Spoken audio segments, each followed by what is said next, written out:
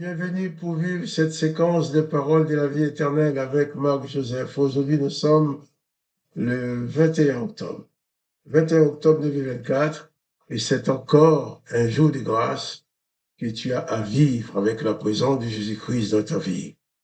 Il faut seulement te rendre compte que Jésus-Christ t'a fait la promesse d'être avec toi tous les jours jusqu'à la fin du monde. Il faut réaliser que chaque jour pour toi, c'est un jour à vivre avec la présence de Jésus-Christ dans ta vie, donc avec la présence de la grâce et de la bénédiction. Il ne dit pas que ce sera une journée sans problème ou une journée où tout va être rose. Non, j'ai dit, Jésus-Christ a dit qu'il est avec toi. Il a même dit que tu auras des tribulations, mais il faut être courageux car il est avec toi, il a vaincu le monde. Donc, aujourd'hui, 21 octobre, ce n'est pas un jour de panique, ce n'est pas un jour de déprime, ce n'est pas un jour de découragement, quelles que soient les circonstances. C'est un jour de grâce dans la présence de Jésus-Christ qui est avec toi tous les jours jusqu'à la fin du monde. Donc, il ne faut pas perdre espoir. Quelle que soit la situation que tu as à vivre, il ne faut pas baisser les bras. Il ne faut pas capituler comme si tu avais déjà tout perdu. Non.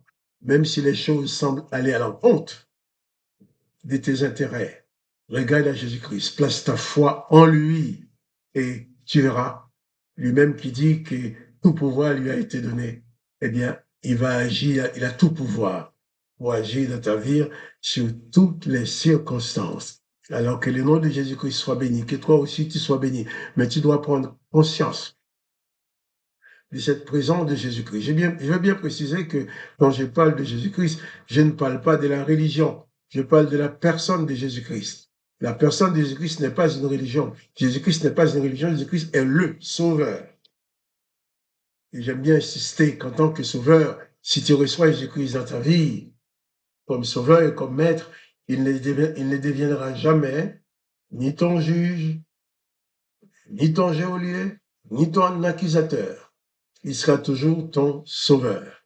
Il te sauve, il pardonne tes fautes, il t'aide à transformer ta vie afin de ne pas vivre n'importe comment, car si tu reçois dans ta vie les paroles de Jésus-Christ et tu essayes de vivre selon sa parole, sa grâce t'accompagnera toujours et ta victoire est assurée en Jésus-Christ. Car Jésus-Christ dit tout est possible à Dieu et il dit aussi tout est possible à celui qui croit en lui. Moi, je crois en lui. Toi, tu crois en lui. Alors, tout est possible pour toi. Quand les possibilités se présentent devant toi, fais tout ce que tu peux faire. Il ne faut pas baisser le bras et dire, bon, je laisse tomber, de toute façon, je ne m'en sortirai pas. Non, tu fais tout ce que tu peux faire et le reste, tu le confies à Dieu, le Dieu Tout-Puissant, qui ne t'abandonnera jamais. Et je parle ainsi parce que j'ai expérimenté ces choses-là. Des moments où il n'y avait rien qui pouvait me dire que j'allais m'en sortir, mais je me suis confié en Jésus-Christ et je m'en suis sorti. La preuve, je suis devant vous là. Je suis devant toi aujourd'hui. Donc, je te dis, place ta foi en Jésus-Christ et pas de panique, pas de terreur, pas de découragement, pas de déprime. Ça ne sert à rien. Tout ce qui peut te servir, c'est de savoir que Jésus-Christ te dit qu'il est avec toi tous les jours jusqu'à la fin du monde. Il demeure dans ta vie dans sa toute puissance. Que son Seigneur soit glorifié et que toi aussi, tu sois béni. Et Jésus-Christ, lorsqu'il vivait sur la terre, il parlait beaucoup avec ses disciples. Et depuis quelques jours, nous lisons dans l'évangile de Jean, chapitre 17, Jésus-Christ qui parle à son Père, à Dieu le Père, mais à haute voix, en présence des disciples. Les textes de l'évangile nous montrent que Jésus-Christ s'élevait souvent le matin, tandis que les autres dormaient, lui, il partait, il sortait pour aller prier dans sa communion avec le Père. Mais là, il fait cette prière qui est d'une extrême importance en présence de ses disciples. Il va prier, dit Seigneur, ben, je vais m'en aller, mais il faut que tu les gardes. Dans Jean chapitre 17, Jean chapitre 17, je vais lire à partir du verset 13. Jésus-Christ dit, et maintenant, je vais à toi, Père, et j'ai dit ces choses dans le monde, afin qu'il ait en eux ma joie parfaite. Jésus-Christ dit ces choses, il prie ouvertement devant les disciples, pour que les disciples entendent les paroles qu'il adresse à son Père en leur faveur, pour que leur joie soit parfaite, pour qu'ils disent bien vraiment, Jésus-Christ le Sauveur, il s'occupe de nous, il s'occupe de nous, il adresse ses prières au Père en notre faveur, alors nous pouvons être heureux, être dans la joie, car quoi qu'il puisse arriver, la puissance du Père sera toujours là pour nous garder, pour nous diriger. Et je vais lire maintenant le verset 14. Jésus-Christ dit, je leur ai donné, dans sa prière, Père, je leur ai donné ta parole, et le monde les a haïs, parce qu'ils ne sont pas du monde comme moi, je ne suis pas du monde. Je ne t'ai pris pas de les ôter du monde, mais de les préserver du mal. Voilà la prière de Jésus pour ses disciples, pour les disciples qui étaient avec lui, mais pour toi aussi. Il dit au Père qu'il a donné sa parole à ses disciples. Mais comme les paroles de Jésus sont en opposition aux paroles du monde, la façon dont Jésus-Christ demande à ses disciples de vivre n'est pas exactement comme les gens vivaient dans le monde. C'est d'ailleurs pour ça, lorsque Jésus commençait à enseigner, beaucoup de gens sont partis en disant ces paroles sont trop dures, puisque ça va à l'encontre de nos habitudes, à l'encontre de nos coutumes. Quand Jésus va dire qu'il ne faut pas se venger. Or, ces Juifs connaissaient, qui suivaient Jésus, connaissaient surtout l'ordonnance de l'Éternel qui dit il pourrait, dent pour dent, pied pour pied, main pour main, blessure pour blessure, meurtrissure pour meurtrissure. Jésus lui va dire qu'il ne faut pas se venger. Quand Jésus commençait à donner sa parole, beaucoup de gens l'ont quitté. Seulement quand il a dit aux 12 qui restaient, pourquoi ne partez-vous pas, vous? Pourquoi vous n'êtes pas comme les autres? Pierre va dire, mais Seigneur, quelle autorité, non, toi seul as les paroles de la vie éternelle. Eh bien, cette parole de la vie éternelle, Jésus dit au Père, je leur ai donné ta parole. Et le monde les a haïs parce qu'ils ne sont pas du monde comme moi, je ne suis pas du monde. Jésus-Christ vivait dans le monde, mais il ne vivait pas selon les principes de ce monde. Et c'est pour ça, toi qui as reçu Jésus, tu as reçu les paroles de Jésus-Christ dans ta vie. Tu vis aussi dans ce monde, mais sans te soumettre à tous les principes de ce monde, donc ce monde ne va pas t'aimer. Au contraire, tu n'es plus, quand tu es à Jésus-Christ, tu es citoyen du royaume de Dieu, tu n'es plus vraiment de ce monde. Ton corps est dans ce monde, mais ton âme, ton esprit, ton être spirituel n'est pas de ce monde. Il est du royaume du Père. Comme Jésus est du royaume du Père. Il dit, eh bien, j'ai donné ta parole, et le monde les a haïs à cause de la parole du Père que Jésus-Christ a donné. Les gens les a haïs parce qu'ils ne sont pas du monde. Et quelle est la prière de Jésus? Est-ce que Jésus va dire, eh bien, il faut faire disparaître ce monde qui déteste, ces mondes qui détestent mes disciples? Non, il n'a pas dit ça. Est-ce qu'il faut faire disparaître ce monde qui ne fonctionne pas selon mes principes? Jésus n'a pas dit ça.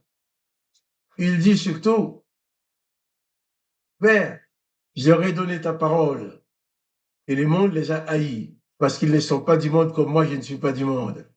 Je ne te demande pas de les ôter du monde, mais de les préserver du mal. Ça, c'est la prière de Jésus pour toi. Tu es dans ce monde de souffrance, de misère, ce monde dans lequel il y a des problèmes, ce monde dans lequel tu n'as pas fini de régler un problème, il y a un autre qui monte le bout de son nez et tu es obligé de t'enfoncer dans un autre problème. Ce monde de difficultés, ce monde de souffrance. Jésus n'a pas demandé au Père de te retirer de ce monde-là, mais il demande au Père de te préserver du mal. Je ne te prie pas de les ôter du monde, mais de les préserver du mal. Jésus a prévu que tu puisses vivre dans ce monde sans que le mal ne puisse t'atteindre, sans qu'aucun mal ne puisse t'atteindre, sans que tu sois obligé de pratiquer le mal. Et c'est pour ça qu'il prie le Père. Jésus-Christ connaissant nos faiblesses, connaissant la fragilité des êtres humains, va dire au Père, tu vois, je vais donner ta parole, le monde les a haïs à cause de ta parole, parce qu'ils ne sont pas du monde. Mais je ne te demande pas de les ôter du monde. Ce serait plus simple de dire, Seigneur, tu les ôtes de ce monde de misère, de ce monde de colère, de ce monde de haine. Non, Jésus veut que tu restes dans ce monde. Tu n'es pas du monde, tu es dans ce monde, mais Dieu le Père te préserve du mal. Pourquoi Jésus veut que tu restes dans ce monde? Si Jésus enlève tous ses disciples du monde, eh bien, il ne reste plus personne pour assurer la continuité de l'œuvre de Jésus-Christ. Il ne reste plus personne pour assurer la continuité de la prédication de l'Évangile. il reste plus personne pour parler du Père. Tandis que Jésus est venu, il nous a apporté la résurrection, il s'en va, mais en partant, il nous dit, allez, faites de toutes les nations des disciples. Allez dans le monde, allez annoncer ma parole au monde. C'est ce que Jésus a demandé. C'est pourquoi il dit au Père, je ne te demande pas de les ôter du monde, mais de les préserver du mal. Et c'est important pour toi, important pour moi de savoir que Dieu, le Père lui-même, prend le soin de nous préserver du mal. Nous préserver pour que le mal ne nous atteigne pas et que nous aussi, nous ne produisions pas le mal. Je ne te prie pas de les ôter du monde, mais je te demande de les préserver du mal. Cette prière de Jésus est valable pour toi. Quelle que soit la situation que tu es en train de vivre maintenant, réalise que Jésus-Christ est là. Il prie pour toi. Le Dieu le Père est là avec toi dans ton cœur. Et il est là pour te préserver du mal. Fait qu'aucun mal ne puisse t'atteindre. Jésus a prié pour ça. Et Dieu le Père exauce la prière de Jésus-Christ en ta faveur. Alors, il faut placer ta confiance dans cette prière de Jésus-Christ. Placer ta confiance en Jésus-Christ.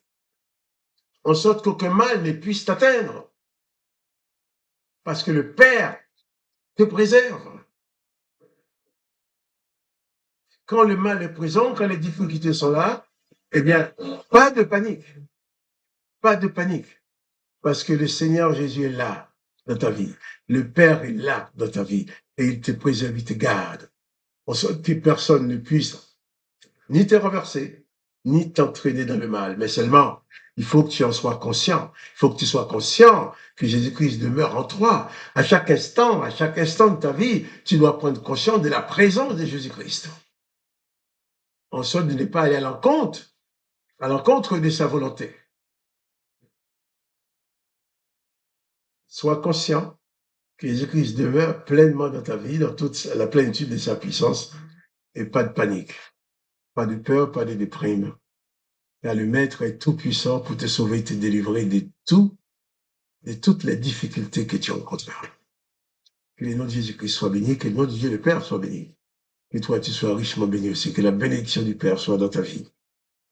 Quant à moi, Marc-Joseph, je vais prier avec toi.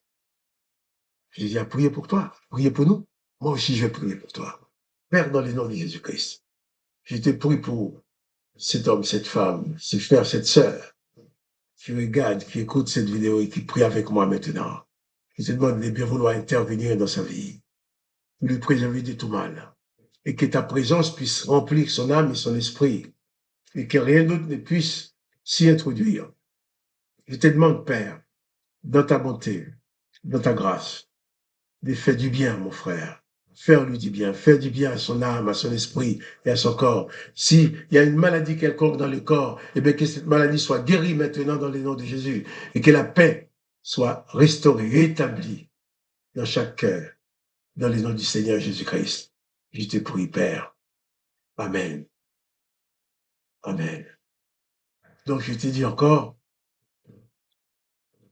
quand il y a des difficultés, prie. Adresse ta prière à Dieu le Père dans le nom de Jésus et pas de panique. Que le nom du Seigneur Jésus soit glorifié. Et quant à moi, Marc-Joseph, je te dis, pas de panique. Jésus-Christ est avec toi. Et à demain pour les paroles de la vie éternelle. Si tu aimes cette vidéo, partage-la avec tes amis. À demain.